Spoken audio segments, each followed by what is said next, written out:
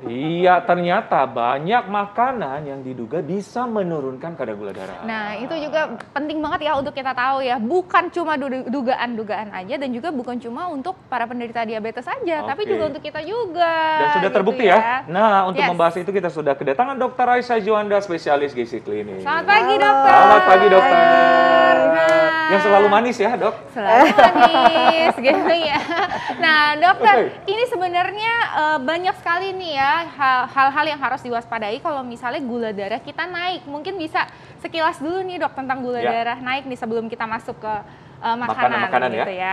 Oke, jadi gula darah itu kan bisa naik kalau Ya. kita makan makanan yang manis atau minuman yang manis. Mm-mm. Nah, makanan yang manis itu yang seperti apa? Mm-mm. Yang indeks glikemiknya itu tinggi. Hmm. Jadi dibilang tinggi kalau di atas 70. Oke. Di atas 70 ya. Tapi kan Nah. kalau misalnya kita lihat makanan kan nggak ada angkanya tuh, Dok ya. Iya. Nah, itu gimana tuh, Dok? Maksudnya indeks glikemik gimana? Pasti masyarakat pengen tahu nih. Betul. Iya, jadi memang benar kan nggak ada angkanya, tapi biasanya indeks glikemik itu yang rendah dari sayur-sayuran, lalu buah yang tidak terlalu manis, yang rasanya agak-agak asam, atau buah yang tidak terlalu matang, gitu. Dan lagi dari karbohidrat kompleks, seperti misalnya contohnya gandum.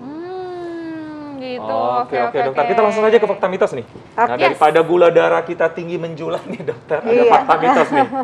Dan menyebabkan berbagai penyakit kan? Ada fakta mitos nih, dokter. Konsumsi seafood, termasuk ikan dan kerang, dapat membantu mengontrol kadar gula darah. Fakta atau mitos? Ya, ini ternyata fakta. Fakta. Iya, fakta. Oke. Karena seafood ini sebenarnya tidak mengandung karbohidrat. Jadi karbohidrat itu kan termasuk sumber gula ya. Ya, Nah, betul. karena dia tidak ada karbohidratnya, jadi ya aman-aman aja dimakan oleh tubuh kita.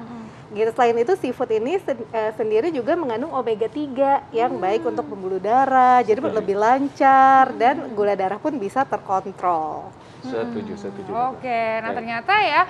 Nah, kemudian nih, dokter, ini ada nih segar-segar pagi-pagi biasanya ya. Langsung yogurt nih, Dok. Ternyata katanya Yogurt. rutin konsumsi yogurt itu baik untuk mengontrol gula darah. Fakta atau mitos, dokter? Ya, ini ternyata juga fakta. Fakta, wah. Nah, Yogurt? Yogurt, Oh, tapi baik. balik lagi ya, tergantung jenis yogurtnya. Oh. Kalau ini kayaknya yogurtnya yang ada perasa dan ada gulanya nih, Iya karena nih warnanya kelihatannya. ungu-ungu Bagusnya gitu. kayak gimana tuh, Dok? Nah, bagusnya yogurt yang nggak ada rasa dan juga yang yang plain. plain gitu ya. Nah, yang plain ini biasanya gulanya cenderung lebih rendah. Lebih rendah. Gitu, dan Benar oke. dong, benar-benar. Ya. Oke, yang selanjutnya nih, dokter. Di depan kita kan ada buah-buahan nih, dokter. Ya, Ada apel, jeruk, alpukat juga. Nah, katanya dapat membantu menurunkan gula darah. Fakta atau mitos? ya, ini fakta. Oh. Nah, Fakta. ini ternyata juga fakta, tapi balik lagi ke cara pengolahannya ya. Iya, betul. Gitu. Jadi paling bagus buah ini dimakan langsung Dimakan langsung. dalam bentuk buah potong. Oke, Gitu. jadi bukan di jus atau di dibikin jus. es buah apalagi ya? Iya, apalagi bikin es jus buah alpukat. dikasih Kasih gula, kasih ini ya sama aja ya. kasih sirup, aduh sama aja gitu ya. Iya, Oke, oke, nah tapi oke. juga buah-buahan juga harus hati-hati ya, Dok ya, karena kan kalau misalnya buahnya sangat matang gitu ya. Ya. Nah, itu pasti jadinya bisa lebih tinggi gula darahnya. Apa Benar. gimana tuh, dokter? Iya. Karena terkait nih dengan fakta mitos yang berikutnya nih, dokter. Heeh. Untuk mengontrol gula darah, buah yang rasanya asam, bahkan yang belum terlalu matang, itu lebih baik daripada buah yang rasanya manis. Nah, loh, ini fakta atau mitos, mitos? dokter? Tapi Iya. jangan dijawab dulu, dokter. Sesaat lagi kita Oke. akan kembali, tetap di Hidup, Hidup sehat. Kembali lagi Hidup Sehat, pemirsa, masih ngomongin yang manis-manis sama yang manis-manis gitu ya. Tadi Dokter ada Alin, apa tuh fakta tadi? mitos yang belum terjawab nih ya. Kalau misalnya katanya untuk mengontrol gula darah itu buah-buahan yang rasanya asam atau bahkan yang belum matang itu ternyata lebih baik dibandingkan yang manis. Ini fakta atau mitos, dokter? Ya, Gimana, ini dokter? ternyata fakta. Oh. Nah, Jadi pilihnya yang muda-muda aja nih, jangan buah yang ketuaan karena rasanya itu biasanya gulanya naik. Yes. Lalu kalau gulanya naik kan otomatis kalau kita makan ya bisa meningkatkan gula darah secara cepat. Dan selain itu buah yang rasanya manis banget ya, misalnya mangga, durian, nangka. Nah, Waduh, itu cepet banget tuh gue. naikin gula darah kita. Oh, aduh, itu justru cepat banget ya dok ya menaikkan gula darah, apalagi yang udah mateng, manis, wah itu udah hati-hati. Oke, selanjutnya nih dokter. Selanjutnya dokter, bagaimana dengan kacang-kacangan? Kacang apa tuh, dokter Alin? Kacang-kacangan, nih seperti ini nih ya. Kacang Ini mente ya? mede ya. Oke, Kacang nah, mente.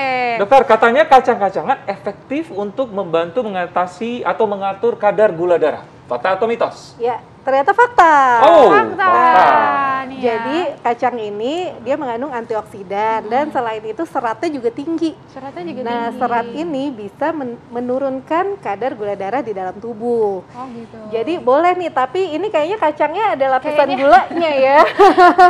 Nah, sebaiknya kacangnya juga yang pure ya? Pure, yang alami. Jangan yang udah dilapisin gula, apalagi kacang goreng ada tepungnya.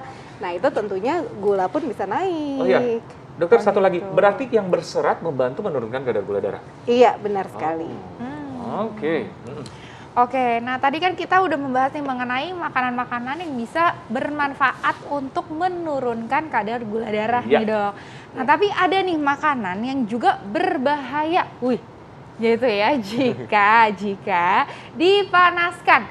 Apa aja? Ini dia.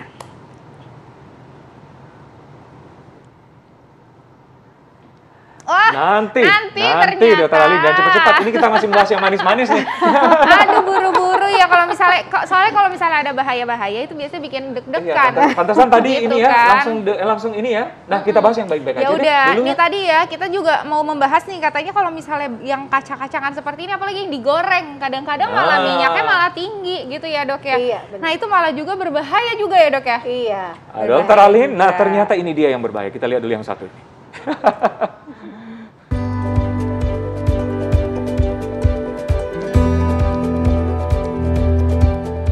Alasannya sayang, masih enak, dan bisa dimakan.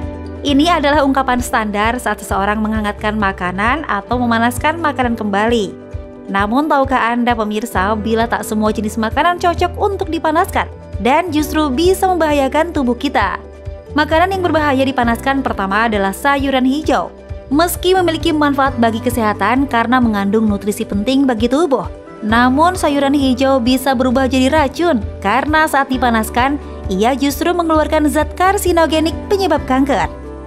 Ayam dan telur adalah sumber protein baik bagi tubuh, namun kedua jenis ini ternyata tak cocok dipanaskan karena bisa menyebabkan masalah pencernaan. Makanan berikutnya adalah gorengan. Makanan yang digoreng jelas mengandung banyak lemak di dalamnya yang bisa berdampak buruk pada tubuh.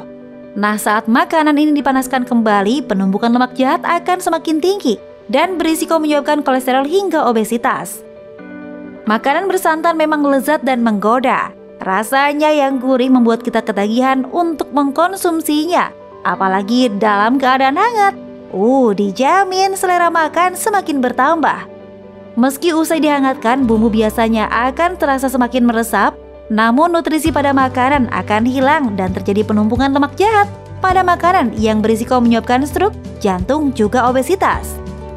Makanan terakhir yang berbahaya bila dipanaskan adalah nasi, yang bila dipanaskan lebih dari sekali akan menimbulkan keracunan saat dikonsumsi. Akibat spora racun yang dihasilkan oleh bakteri Bacillus cereus tumbuh dan berkembang.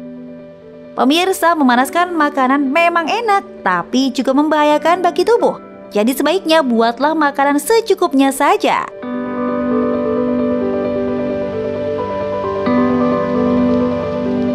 Wow, ternyata kita harus bijak juga dalam memanaskan makanan ya. Iya. Ternyata ada makanan-makanan tertentu yang kadang-kadang yang kita konsumsi tiap hari, Betul. termasuk nasi. Termasuk nasi yang gula darahnya pun bisa bikin kita Iya, naik juga gitu ya. Dan juga bener. berarti bijak juga itu juga dalam bukan hanya memanaskan tapi juga bijak juga dalam membuat masakan. Jangan banyak-banyak juga gitu ya, secukupnya aja gitu ya. Ibu-ibu memang paling tahu ya. Betul, Ibu-ibu memang paling ya tahu. secukupnya aja, nggak usah mikir, aduh ya mumpung saya lagi masak aja sekalian buat 1 minggu ya jangan Beb gitu. Siap, ya. Ibu.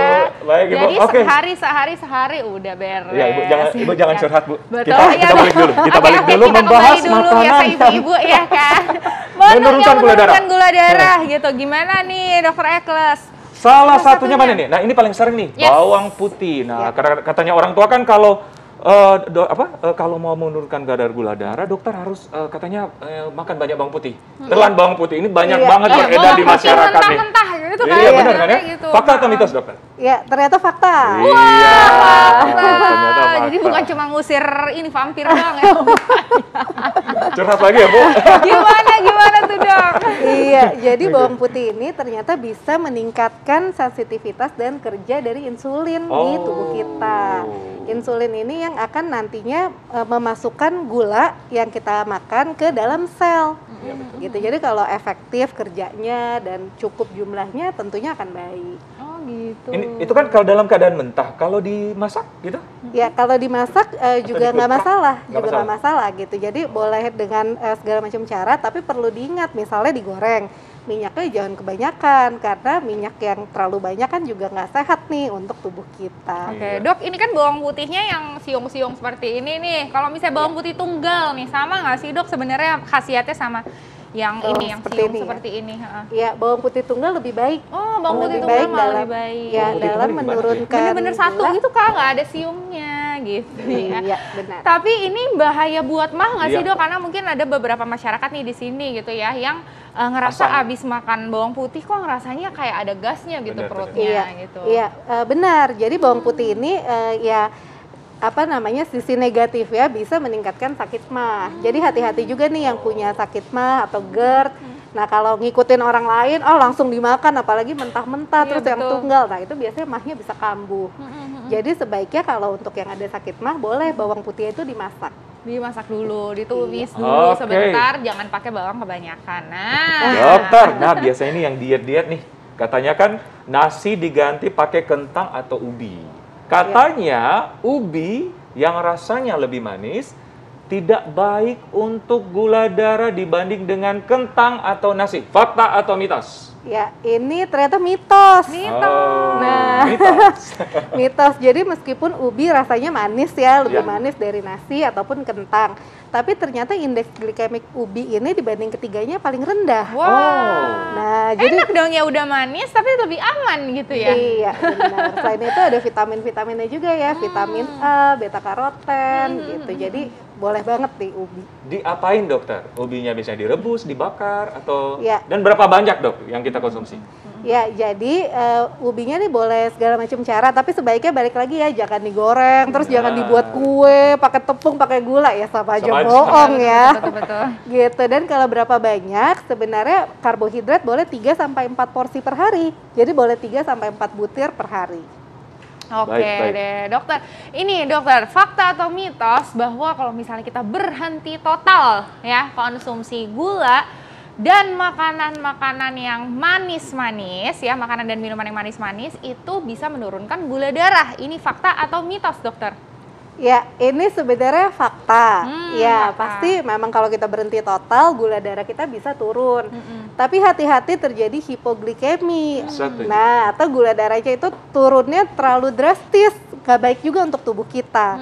Yang pertama kita jadi nggak bisa berpikir, jadi untuk nutrisi untuk otaknya juga kurang, energi untuk sehari-hari bekerja juga kurang, dan ada masalah lainnya seperti tremor, gemeteran, sampai pingsan, sampai mual, muntah, banyak banget masalahnya. Benar. Oke dokter, tips. Jadi jangan berhenti total juga gitu ya dok ya. Iya, secukupnya. Secukupnya. Secukupnya dan pilihlah dengan bijak ya. Betul. Oke dokter, Nah, tipsnya untuk menurunkan kadar gula darah lewat makanan-makanan yang ada di depan kita dokter. Ya, jadi makanan-makanan yang di depan sini nih sangat baik ya untuk membantu menurunkan gula darah. Labu ya, ada labu ya. Ada labu, ada kacang-kacangan, tapi kacang yang pure ya, Yang jangan yang pure. dilapisin gula. Lalu juga yogurt yang plain yogurt, dan juga perbanyak sayur dan buah-buahan, dan pilih buah yang rasanya asam dan tidak terlalu matang. Oke. Kalau buah berapa banyak yang dikonsumsi? Ya, buah bisa Untuk 3, menurunkan, oke, bisa 3 sampai 4 porsi per hari juga masih boleh. Oh, Oke, oke. Nah, baik deh kalau begitu nih, apalagi buah-buahannya konsumsilah juga yang warna-warni juga ya dok ya, supaya kita bisa dapetin antioksidannya juga gitu. Terima kasih dokter. Terima kasih banyak dokter Raisa. Nih ya, nah ini nih yang suka main-main sosmed. Nah, siapa nih di sini ya? Siapa? Yang suka main-main sosmed, biasa netizen maha benar ya kan? Suka julid, suka iri, suka nyinyir. Waduh. Yes, Nah, gitu ternyata hati-hati loh. Kalau keseringan tanda kelainan jiwa nggak sih? Jangan-jangan ya. Waduh. Kita bahas sesaat lagi, tetap di Hidup Sehat.